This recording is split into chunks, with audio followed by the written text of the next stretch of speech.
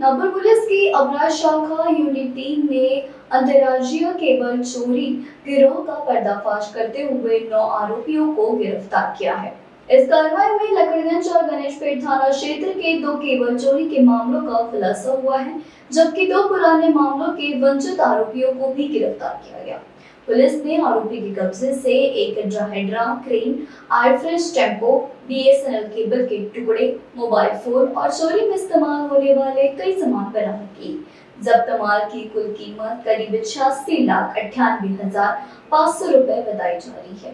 पूछताछ में आरोपी ने अपराध कबूल किया है। इस कार्रवाई में साइबर यूनिट और अपराध शाखा यूनिट 3 की संयुक्त कार्रवाई नजर आई। पोलीस स्टेशन गणेशपेठ हद्दीमध्ये BSNL केबल चोरीचा गुन्हा दाखल झाला होता। 10 तारखेची घटना आहे, सॉरी 11 तारखेची घटना आहे। 11 तारखेला गुन्हा दाखल झाल्यानंतर आम्ही सदर गुन्ह्याचा तपास वरिष्ठांच्या मार्गदर्शनाखाली सुरू केला असता त्या दरम्यान पुन्हा दुसरी घटना पोस्टे लकडगंज हद्दीमध्ये BSNL केबलची घटना घडली। त्यावरून पुन्हा आम्ही तपास केला असता आम्हाला गोपनीय माहिती आणि तांत्रिक तपासामध्ये आढळून आले की सदर चोरीचे जे आरोपी आहे ते भंडारा रोडवर दिशेने कुठून तरी जात आहे। त्या माहितीवरून आम्ही भंडारा रोडवर ट्रॅप लावून थांबलो असता आम्हाला भंडारा रोडवर गुन्ह्यातील जो वापरलेले वाहन आहे आयशर ट्रक हा आढळून आला व त्यातील आरोपी मिळून आले। ते आरोपी 9 आरोपी एकूण ताब्यात घेतले।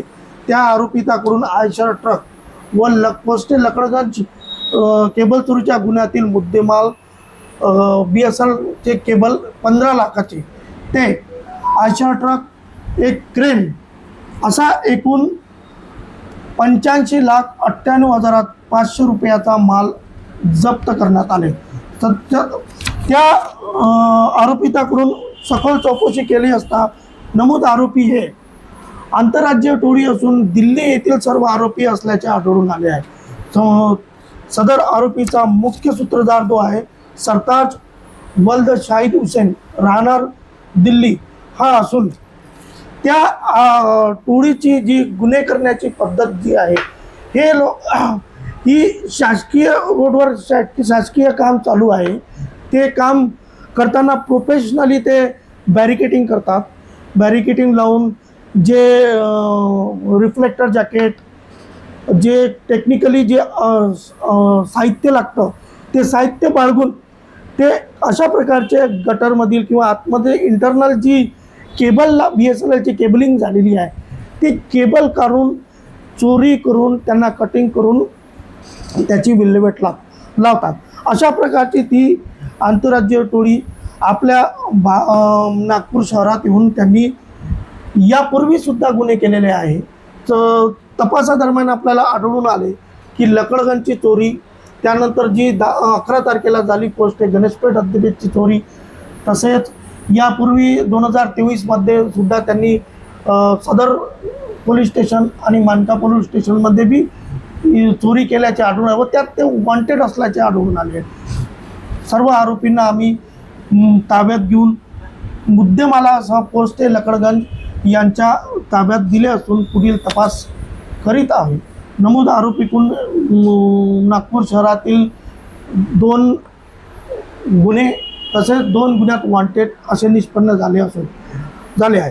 सदर गुन्ह्याचा तपास माननीय पोलीस आयुक्त, सहपोलीस आयुक्त, अप्पर पोलीस आयुक्त गुन्हे, पोलीस उपायुक्त डिटेक्शन, सहाय्यक पोलीस आयुक्त डिटेक्शन यांच्या मार्गदर्शनाखाली आम्ही